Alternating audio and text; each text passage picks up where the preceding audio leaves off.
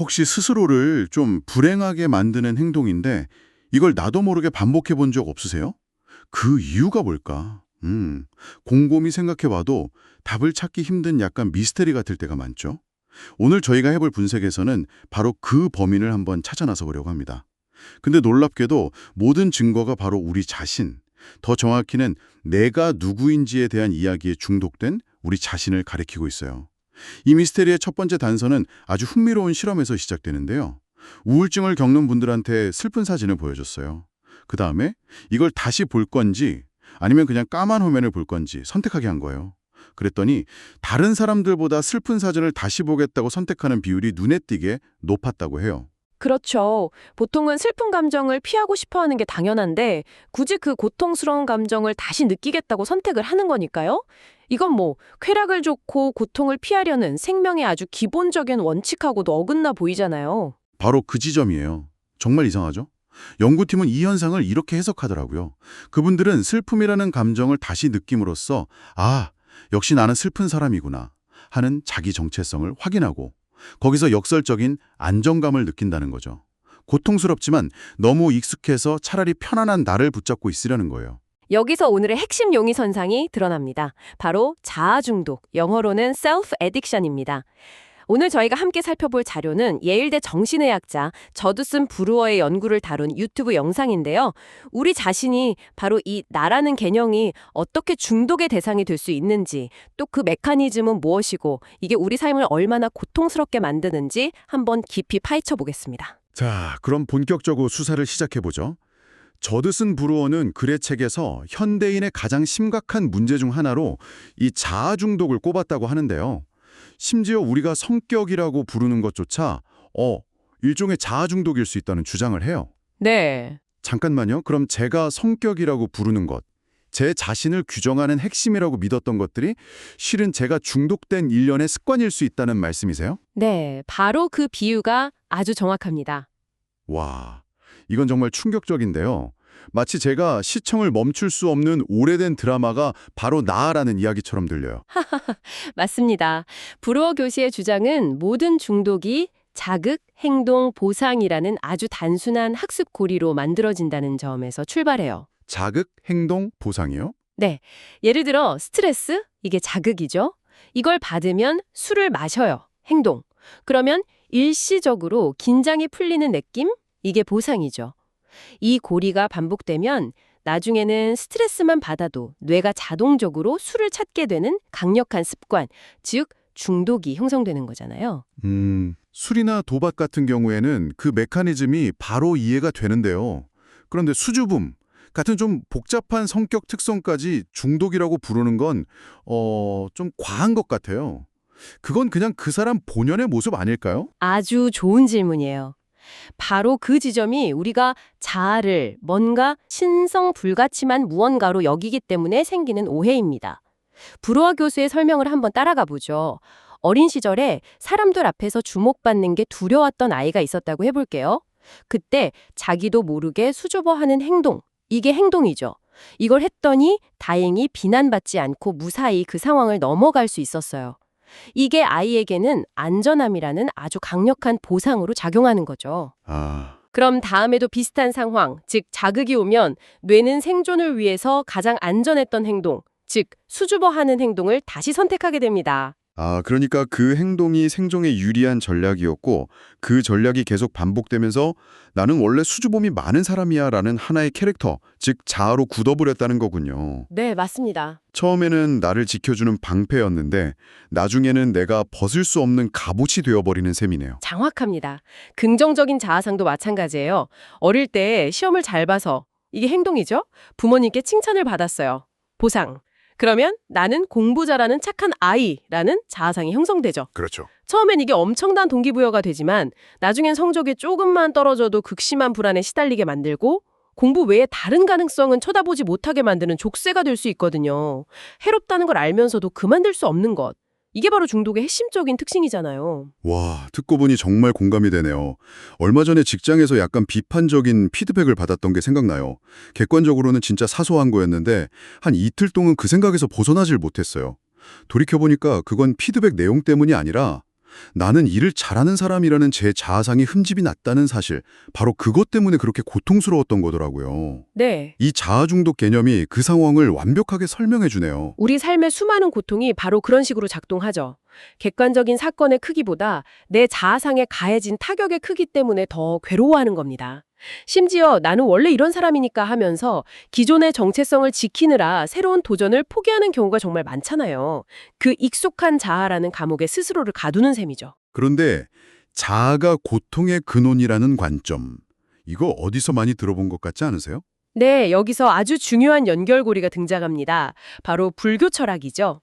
자아에 대한 집착이 고통의 근원이라는 통찰은 사실 불교의 핵심 가르침인 무아설과 정확히 맞닿아 있습니다. 아, 무아설이요? 네, 불교에서는 나라는 고정불변의 실체는 원래 없다고 보거든요. 우리가 자아라고 믿는 건 그저 끊임없이 변화하는 생각과 감정, 습관의 묶음일 뿐이라는 거죠. 지금의 나는 1초 전의 나와도 다른 존재인데 우리는 마치 어제의 내가 오늘도 그대로 존재해야만 한다고 착각하며 집착한다는 거예요. 불호 교수 역시 명상을 오랫동안 수련하면서 이런 불교의 심리 모델이 현대 뇌과학과 놀랍도록 일치한다는 점을 발견하고 연구를 시작했다고 하죠. 그렇습니다. 고대의 지혜가 최첨단 뇌과학을 통해 증명되는 아주 흥미로운 지점이죠. 정말 공감되네요. 그런데 여기서 궁금한 점이 생겨요.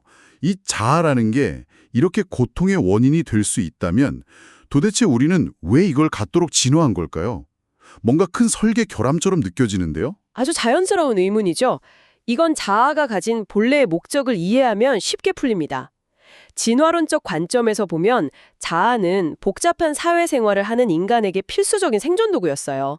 수십, 수백 명이 모여 사는 무리 안에서 도태되지 않으려면 무리 내에서 내 서열은 어느 정도인지, 내 평판은 어떤지, 다른 사람과 나를 비교하면서 나는 어떤 존재인가를 끊임없이 파악해야 했거든요. 다른 사람들과의 관계 속에서 나를 정의하는 능력이 생존에 유리했다는 거군요. 그래서 그렇게 남의 시선을 신경 쓰게 된 거고요. 맞습니다. 남과 나를 구분하고 나에 대해 생각하는 성향이 생존에 도움이 됐기 때문에 우리 뇌에 아주 깊이 각인된 거죠. 우리가 자기 자신에 대해 이야기할 때 묘한 만족감을 느끼는 것도 아마 그 때문일 겁니다.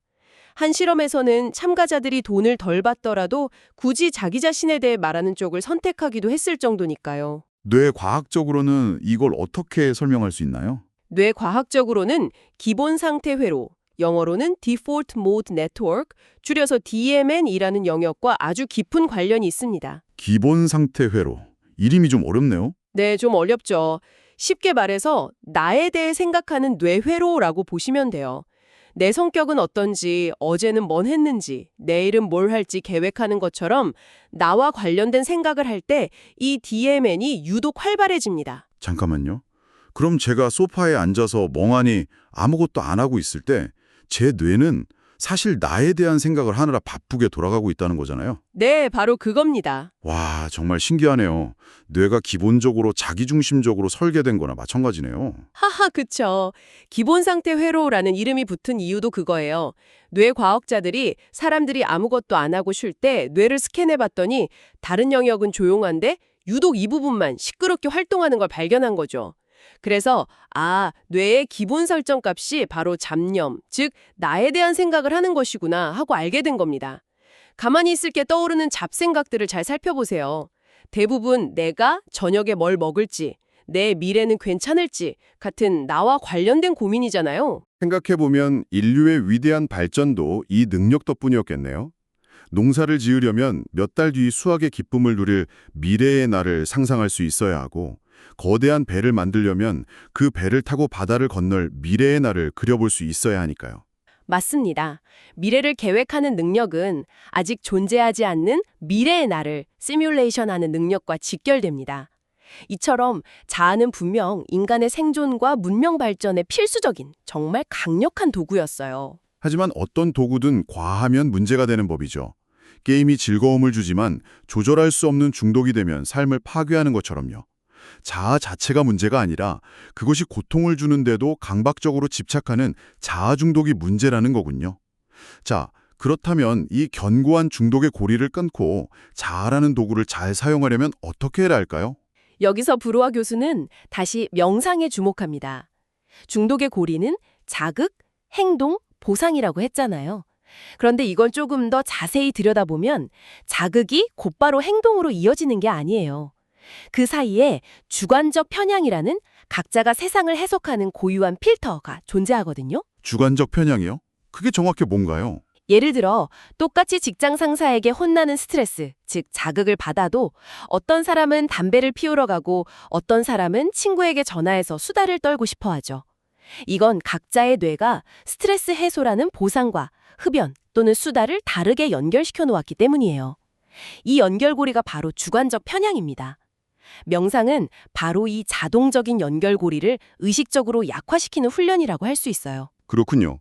브로우 교수가 이걸 파도 타기에 비유했던 게 기억나네요. 네, 어떤 행동을 하고픈 욕망이 파도처럼 밀려올 때 그걸 억지로 누르거나 파도에 휩쓸려 바로 행동으로 옮기는 대신 서핑 보드에 올라타서 그 파도가 서서히 높아졌다가 낮아지는 과정을 그저 가만히 지켜보는 겁니다. 그게 이론적으로는 좋은데 실제로 어떻게 적용할 수 있을까요? 예를 들어 제 파도는 5분마다 스마트폰을 확인하고 싶은 충동이에요. 그 파도를 탄다는 게 구체적으로 어떤 건가요? 그냥 참는 거랑은 다른 것 같은데요. 아주 좋은 질문입니다. 참는 것은 파도와 싸우는 거고요. 파도 타기는 파도와 함께 노는 것에 가깝습니다. 스마트폰을 보고 싶은 충동이 들 때 이렇게 한번 해보세요. 일단 행동을 멈추고 그 충동이 내 몸 어디에서 느껴지는지 관찰하는 겁니다. 아, 손가락이 근질근질하네. 가슴이 약간 답답한 것 같기도 하고 머릿속에서는 뭔가 새로운 소식이 있을 거야 라는 생각이 맴도는구나. 이렇게요. 그 느낌과 생각을 판단하지 않고 그냥 있는 그대로 알아차려주는 겁니다. 그 충동 자체를 하나의 자연현상처럼 관찰하는 거군요.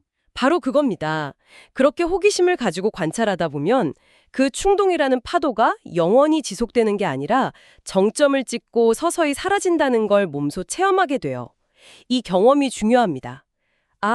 이 욕망이 나를 지배하는 게 아니라 그냥 잠시 일어났다가 사라지는 파도 같은 거구나. 내가 꼭 이 파도에 따라 행동할 필요는 없네. 이 깨달음이 자극과 행동 사이의 자동적인 연결고리를 끊는 열쇠가 되는 거죠. 실제로 이런 방법이 효과가 있다는 게 증명됐나요? 네, 아주 놀라운 결과가 있습니다. 브루어 교수가 직접 운영한 이 명상 기반 금연 프로그램이 미국 폐업회가 제공하는 가장 효과적인 금연 프로그램보다 성공률이 2배나 높았다고 해요. 2배라요? 와, 의지력으로 참는 방식보다 욕망을 관찰하는 방식이 훨씬 효과적이라는 게 증명된 셈이죠. 심지어 그의 연구팀은 숙련된 명상가들이 명상 상태에 있을 때 나에 대한 잡념을 담당하는 DMN의 활동이 현저히 줄어든다는 사실도 발견했습니다. 말 그대로 나라는 생각에서 잠시 벗어나 자유로워지는 거죠. 2배나 효과적이라니 정말 놀랍네요.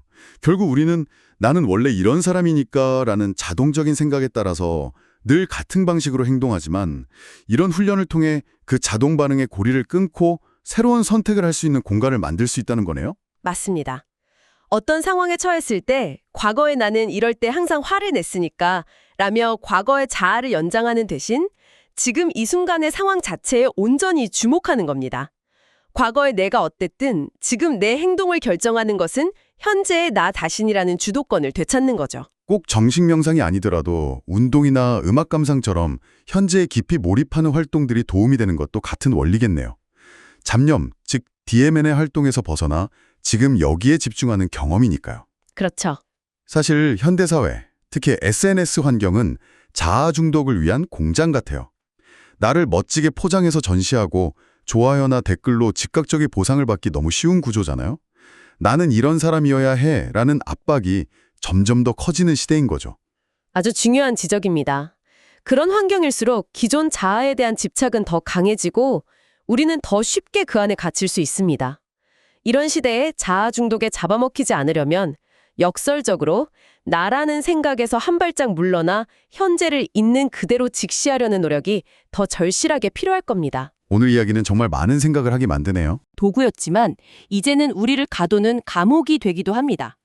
브로어 교수의 연구는 그 감옥의 열쇠가 멀리 있는 게 아니라 지금 이 순간을 있는 그대로 알아차리는 아주 단순한 행위에 있음을 보여줍니다. 오늘 하루 나는 원래 이래 혹은 나는 이래야만 해 라는 생각이 문득 떠오를 때 잠시 멈춰보세요. 그리고 그 생각과 내가 꼭 하나가 아닐 수도 있다는 가능성을, 그 작은 틈을 한번 느껴보는 건 어떨까요? 아마 그 틈에서 우리가 상상하지 못했던 자유를 발견하게 될지도 모릅니다.